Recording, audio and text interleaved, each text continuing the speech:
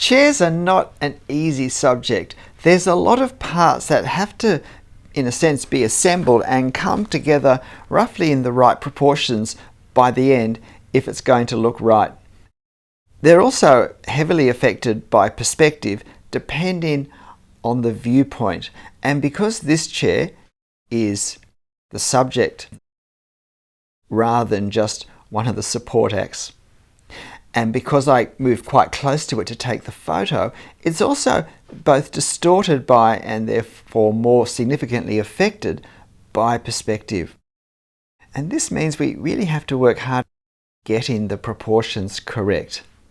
Now, I came to grief myself drawing this, and I'll just tell you what I did. And as I draw it, particularly in the second half of the video, just have a look out to see if you can see me making this mistake. What I did was I drew the lower half of the chair from the seat to the floor, really in proportion to itself. So I was looking at the shapes that the various parts of the chair, the seat, the legs, the stretchers, I was looking at the shapes that they created when they enclosed space, and I try to replicate the proportions of that space myself. So here I'm trying to copy or to draw in effect the rectangle that we see in the reference photo in that shape. So I'm trying to do that, and in effect I was drawing a larger sized lower half of the chair than was in the reference photo. The problem was then when I began to do the back of the chair, I referenced it more closely, not just for the direction of the lines, but for the actual size and where it came up on the paper. And so I drew the back of the chair more actual size with the reference, which in effect meant it looks a bit small for the bottom half of the chair. So just see whether you can see that at the end. The other thing I did was I fell victim to the thing I'm always telling you not to do, which is to draw not so much from observation, but from what you know about the subject, seen at different angles at other times. And for the back legs of the chair, I know they actually angle out quite a bit.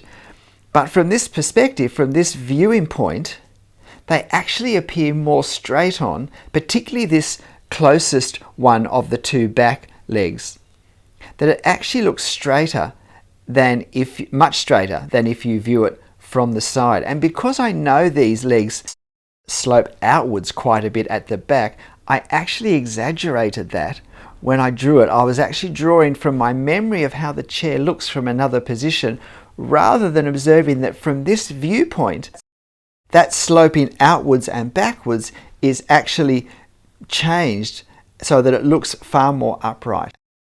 And so that's the other lesson I take home from this exercise. It's always good to look at things that don't look quite right and ask why, how did this happen, so that I can be more prepared next time. So I'm continuing to measure the angles with my pen and to try and keep everything in proportion, creating the shapes. Sometimes with a scene like this, unless we've managed to draw it exactly, there are times now where we have to divert from being an exact copy to keep the proportions looking correct. So I'm just trying to work out where the center of this back is so that I can position the decorative bits. And of course the center is affected by foreshortening, so it's not going to be exactly in the center. I need to push that handle, that's actually a handle, I need to push that a bit further along to the right hand side to allow for foreshortening. And now we have these brace-in supports for the back. I think you can see there that I've drawn the back from the seat of the chair upwards pretty much the size it is in the photo, but the bottom half of the chair is larger than in the photo. So now I'm just finishing the stretches, as they're called, because they keep the legs of the chair stretched out. I'm checking my perspective angles. And you notice that I measured a perspective angle where there was no actual stretcher in the front, because it would still give me the position for where the far side stretcher would connect with the front leg. And sometimes that's a way of cross-checking if our angles are all correct. And if it's not correct, sometimes it lets me adjust my line so that I spread the mistake across several lines rather than just have it all in the one line. And I've made that stretcher not quite straight just to try and fit it better into the position. So now I'm going to do some hatching because it shows the three-dimensionality of the wood nice and sharply. So I'm looking at my reference to work out exactly where, with this lighting, do the shade and the shadow fall. You'll notice I put an indication of the moulding of the seat. I think that's nice to do if it's there. It's always a bit of a risk because it's a little more complex with a curve, that if we don't get it right, we don't get it right. But the only way we learn to get them right is by actually doing those sorts of details. So particularly in something such as this, which I think we'd probably mostly view as an exercise rather than an artwork, it's good to take the risk. I mess up the hatching here. I did the hatching horizontally on the legs. I should have done it vertically, but again, that's something I'll remember for next time. Don't think I'm not still learning with every drawing. So we're just about finished the hatching here, and I think, well, if I put this line across, this skirting board line across the back, it just anchors the chair more. Suddenly now it's on the ground. It's not just floating in space.